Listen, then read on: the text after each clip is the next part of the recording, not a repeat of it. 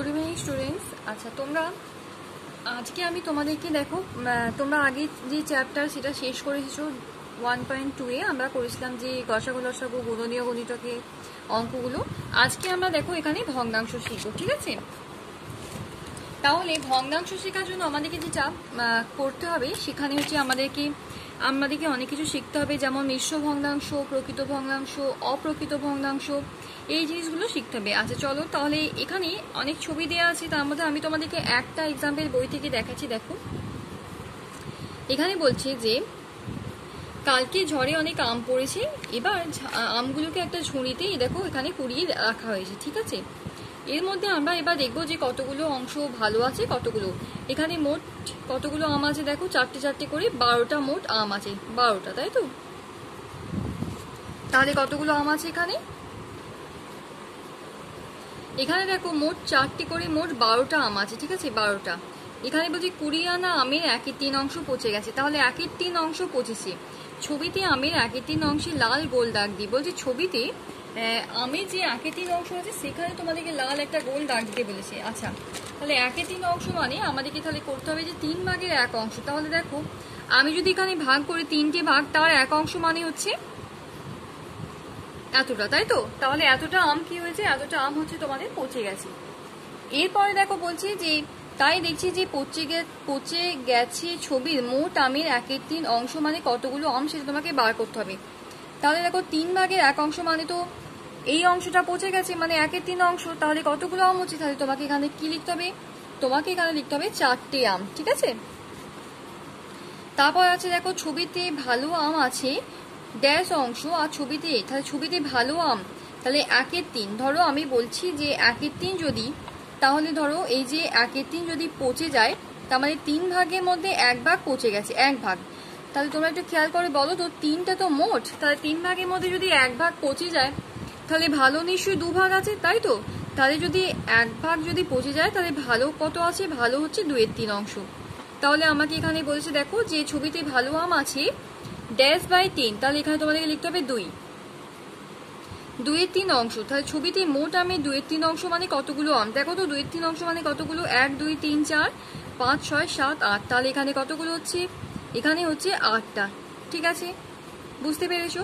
এরপর দেখো ছবির তাহলে কতগুলো আম পচা হলো না? ছবি হচ্ছে 4টে আম পচা হচ্ছে, আর কতগুলো আম ভালো আছে? দেখো 8টা। ওকে, এবার আমাদেরকে করতে হবে 4টে আম পচা, 8টা আম ভালো আছে, ঠিক আছে? তাহলে অসুবিধা নেই। তাহলে তোমরা এখান থেকে কি বুঝতে পারলে যে যদি কোনো ভগ্নাংশের যে হরটা থাকে সেটা হচ্ছে মোট অংশ, আর তার উপরে যে লবটা থাকে সেটা হচ্ছে যত অংশ নষ্ট হয়ে গেছে বা পচে গেছে সেটাকে বোঝানোর জন্য। তাহলে এখানে 3 ভাগের মধ্যে 1 ভাগ পচে গেছে আর 2 ভাগ ভালো আছে, ঠিক আছে? চলো তাহলে এবার আমরা পরের পাতাতে যাই। পরের পাতায় কি অঙ্ক আছে দেখবো। আমি তোমাদেরকে এখানে একটা এক্সাম্পল দেখালাম। আচ্ছা, পরের পাতায় কি আছে দেখো। এখানে আমরা কি শিখবো? এখানে আমরা ছবি দেখে সেগুলোকে কিভাবে ভগ্নাংশের আকারে লিখতে হয় সেগুলো আমরা শিখবো।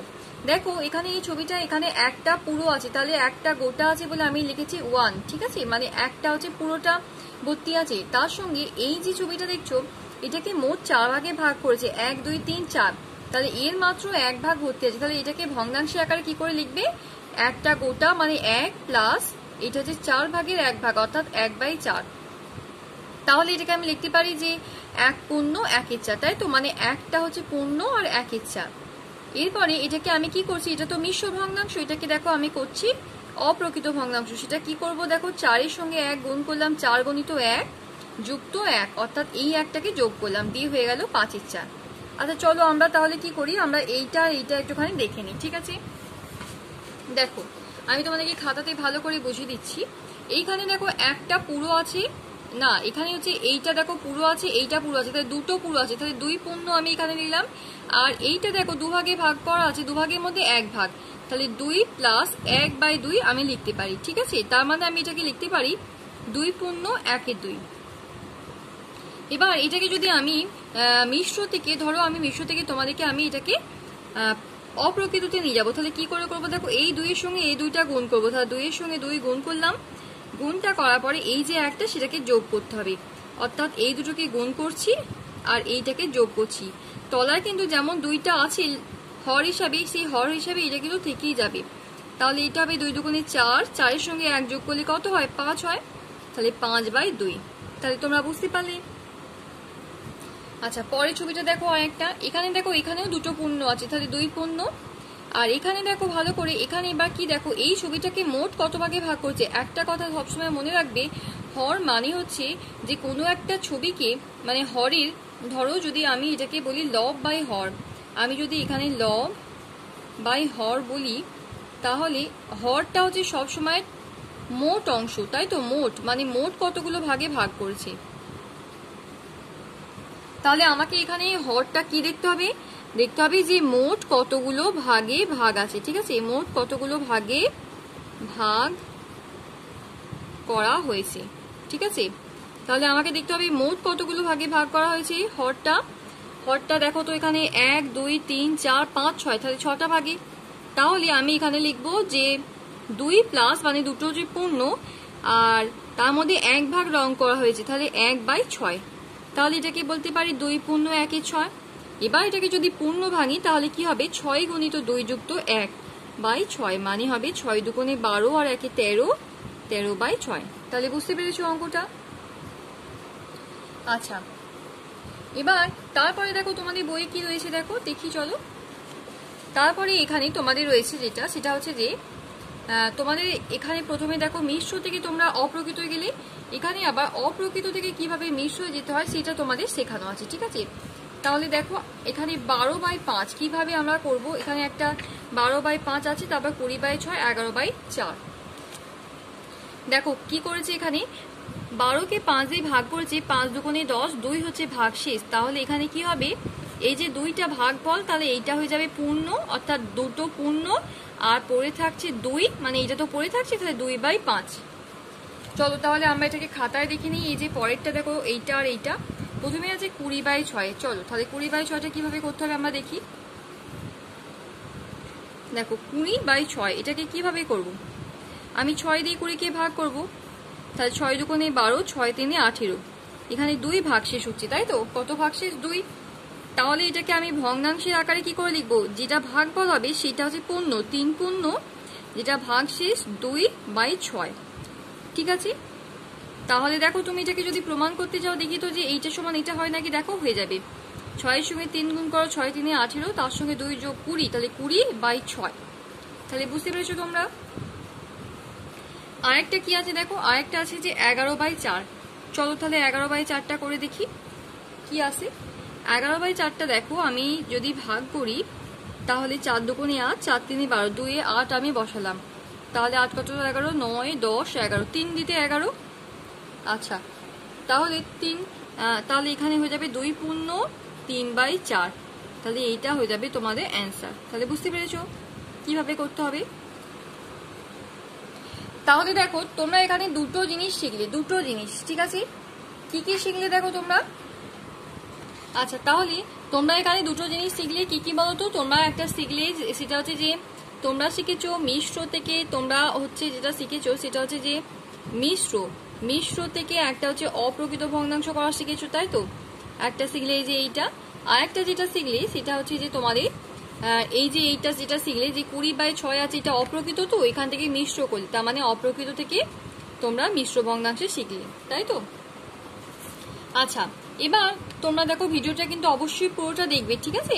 লাস্টে আমি দেখো তোমাদেরকে আমি একটা খুব সহজে আমি সমতুল্য ভগ্নাংশ কি করে বার করতে হয় সেটা শিখিয়ে দেবো। আচ্ছা, তার আগে তুমি দেখো এইটা যেটা তোমাদেরকে শিখতে হবে সেটা হচ্ছে কিভাবে আমরা একটা সমতুল্য ভগ্নাংশ বার করতে পারি। দেখো দেখে নাও তাহলে কিভাবে বার করতে পারি। সেইটা বার করার জন্য আমাদেরকে কি করতে হবে, দেখো এই যে ধরো একটা ভগ্নাংশ আছে, দেখতে পাচ্ছ 4/12, এইটাকে কি করতে হবে, এটা তো লব আর এটা হর, এই লব আর হর কি একই সংখ্যা দিয়ে আমি ভাগ করব, একই সংখ্যা দিয়ে, বারবার বলছি একই সংখ্যা। সেটা কি, যদি আমি 4 দিয়ে ভাগ করি, দেখো 4 দিয়ে 4কে যাবে, 4 দিয়ে 12কে যাবে, তাই তো? তাহলে আমি কি করতে পারি, 4/4, 12/4, তাহলে এটা কত হচ্ছে 1/3, তাই তো? তাহলে এটা হয়ে গেল তোমার সমতুল্য ভগ্নাংশ। তারপর 2/6টা দেখো, এটাকে আমি যদি 2 দিয়ে করি, মানে এটাকে যদি ধরো আমি কেটে দিই, তাহলে দেখো কিরকম হবে, 2 দিয়ে করি, 2 1 কে 2, 2 3 6, 3/9 আছে। দেখো 3/9টা কি করে করবো, 3 একে 3, 3 3 9, তাহলে এগুলো হয়ে গেল তোমার কি হয়ে গেল, এগুলো সমতুল্য ভগ্নাংশ। ঠিক আছে, আচ্ছা এবার সমতুল্য ভগ্নাংশ কিনা সেটা প্রমাণ করার জন্য কি করতে হবে দেখবে, একটা মজার ট্রিক্স।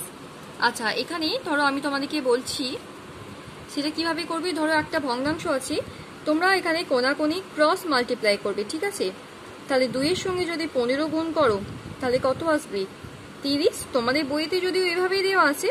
আর 5 এর সঙ্গে 6 করবে তাহলে কত হবে, 30।